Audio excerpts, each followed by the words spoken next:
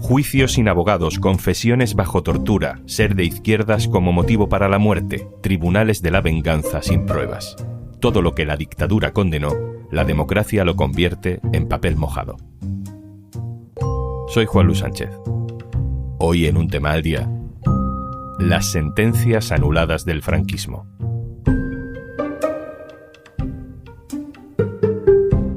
Una cosa antes de empezar. ¿Sabías que en el mundo hay más de 120 millones de personas refugiadas y desplazadas a la fuerza? ACNUR les ofrece protección y asistencia humanitaria y apoya a Un Tema al Día para poder seguir dando voz a realidades que muchas veces no son visibles en los medios. Salvador Puig Antich fue uno de los últimos ejecutados por el franquismo. Esta es la sentencia que le condenó a pena de muerte por garrote vil en 1974. En la plaza de Barcelona, reunido el Consejo de Guerra para ver y fallar por 2 supuestos delitos de terrorismo contra Salvador Puig Antich, de mala conducta y sin antecedentes penales. Que Salvador Puig Antich era miembro activo de la organización clandestina denominada Movimiento Ibérico de Liberación, de carácter anarquista, la cual tiene como finalidad el llevar a cabo acciones armadas en el territorio español contra el orden institucional establecido, provocando la revolución por medio de la violencia, para lograr como objetivo final la instauración en España del denominado comunismo libertario. Que Salvador Puig Antich, siguiendo las directrices de su organización y con el fin de obtener fondos para la misma, planearon un atraco en la sucursal del Banco Hispanoamericano, sita en el Paseo Fabra y Puig, número 113 de esta ciudad. Fallamos que debemos condenar y condenamos al procesado Salvador Puig Antich a la pena de 30 años de reclusión como autor de un delito de terrorismo y a la pena de muerte como autor de otro delito de terrorismo. A Puig Antich lo ejecutaron por sus ideas políticas. Armaron toda una causa judicial que pudiera justificar, con algunas verdades y muchas mentiras, delitos atroces por los que debía ser ajusticiado. Puig Antich simboliza al último de muchos. Durante el franquismo se calcula que hubo 40.000 sentenciados a pena de muerte o condenados a cárcel en juicios sin justicia. Uno de ellos, uno de tantos, fue mi bisabuelo Julio, fusilado en 1940. Mi madre, investigando, encontró hace años la sentencia que le condenaba a muerte. Me deja leer solo un fragmento porque, aunque todos sabemos que no fue un juicio justo, que fue asesinado en realidad por defender la democracia, los ecos de la leyenda fabricada por el franquismo siguen dejando, en muchas familias, una herencia de pudor y vértigo.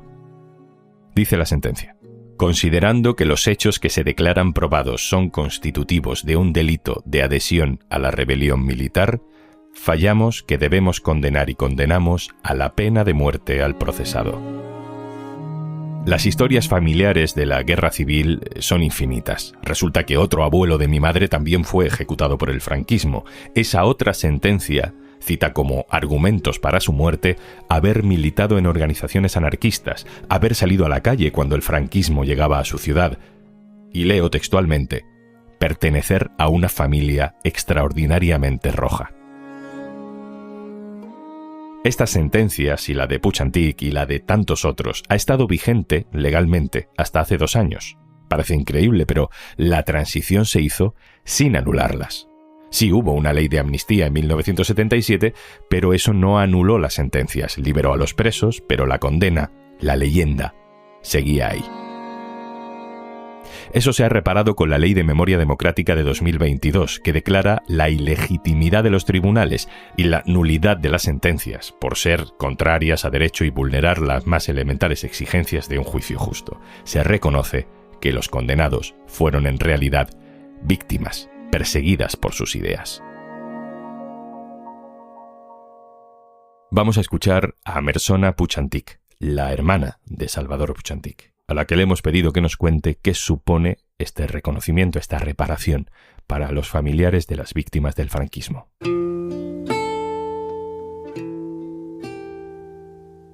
Soy Mersona Puig, hermana de Salvador Puig Antich, que fue asesinado por el régimen franquista el 2 de marzo del 74 a garrote vil.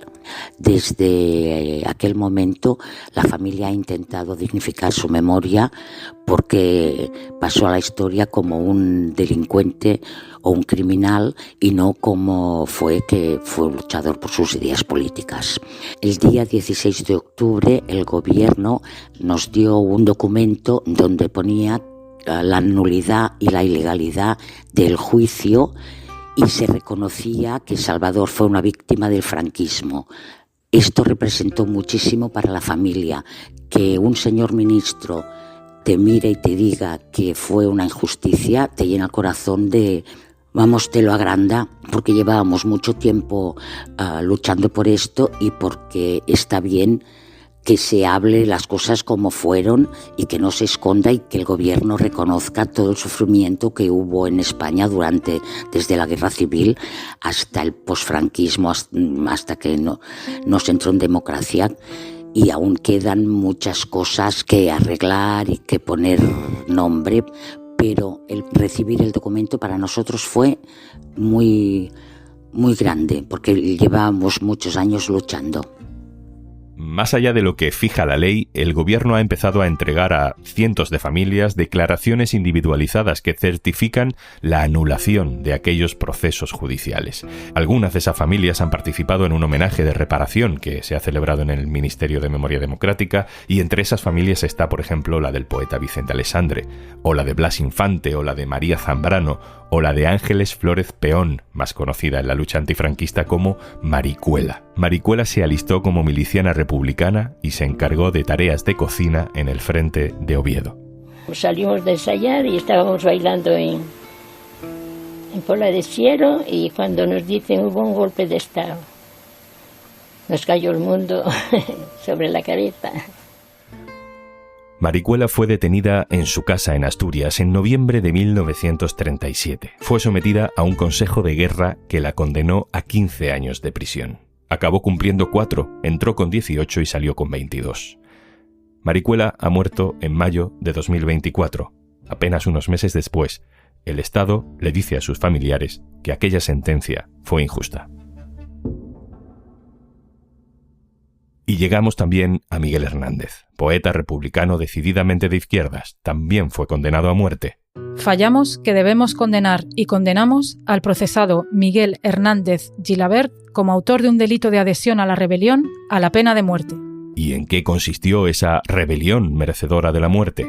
Nos lo explicaba en un capítulo del año pasado Juan Antonio Ríos Carratalá, catedrático de Literatura Española en la Universidad de Alicante. Pues los delitos que imputan a Miguel Hernández son los propios de un periodista que ha colaborado en publicaciones antifascistas.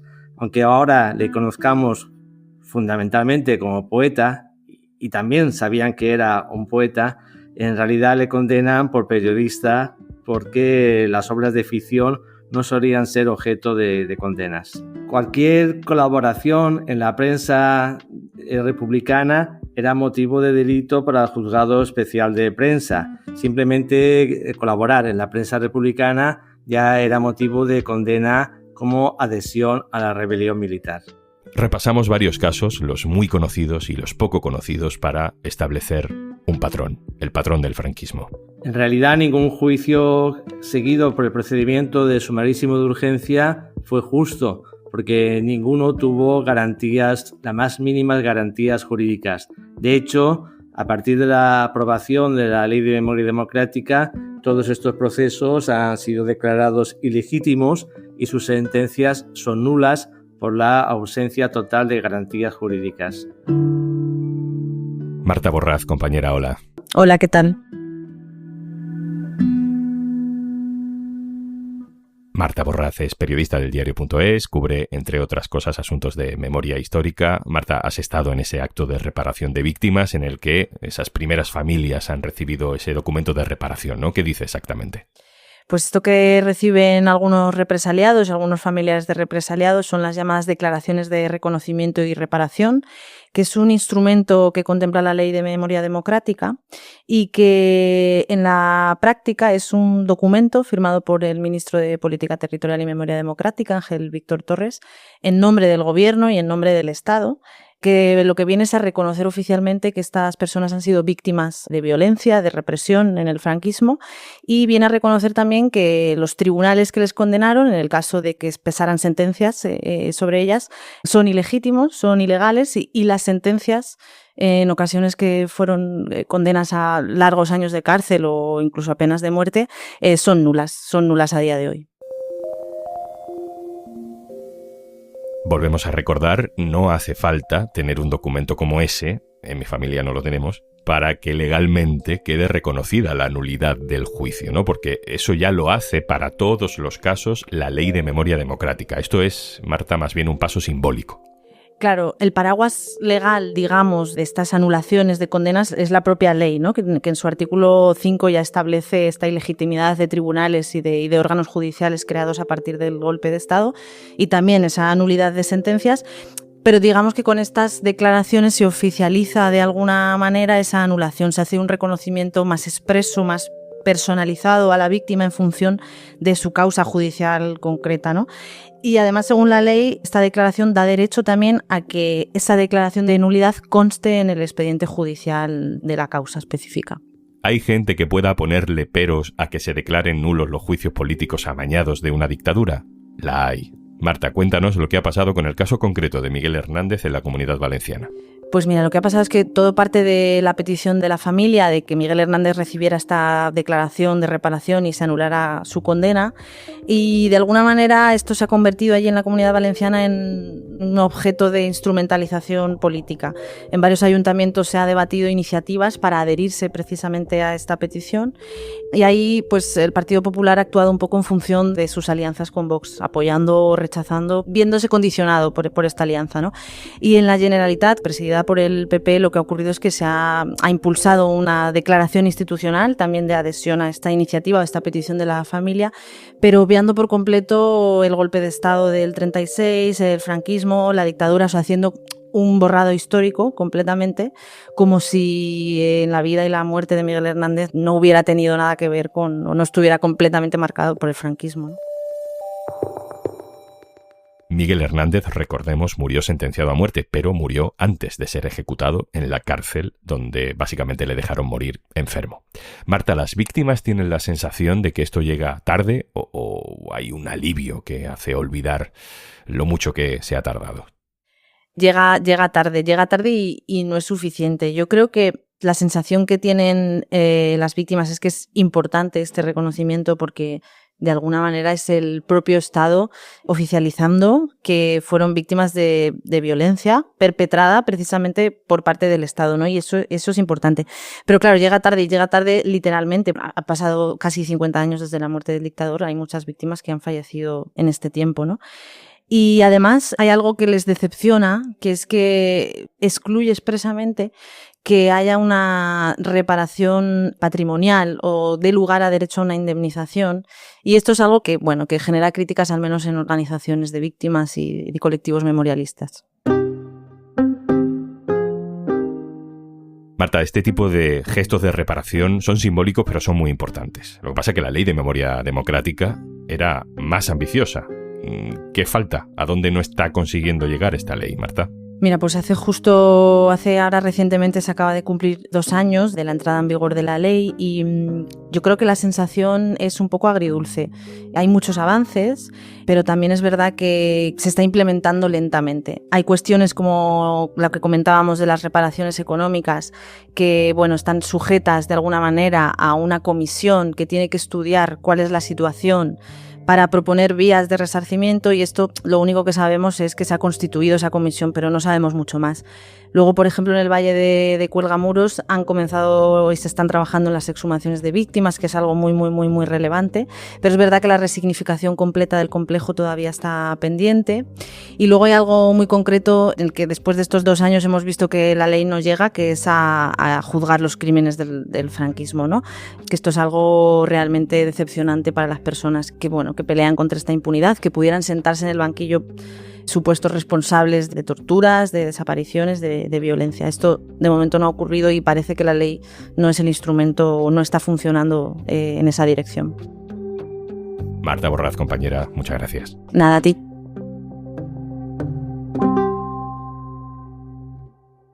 Y antes de marcharnos, en el mundo hay más de 120 millones de personas refugiadas y desplazadas que han tenido que huir a causa de la guerra, la violencia y la persecución, el equivalente a la población de Japón. ACNUR, la Agencia de la ONU para los Refugiados, está presente en 137 países, ofreciéndoles asistencia y protección a estos millones de personas que lo han dejado todo atrás. Tú también puedes colaborar en conlosrefugiados.com.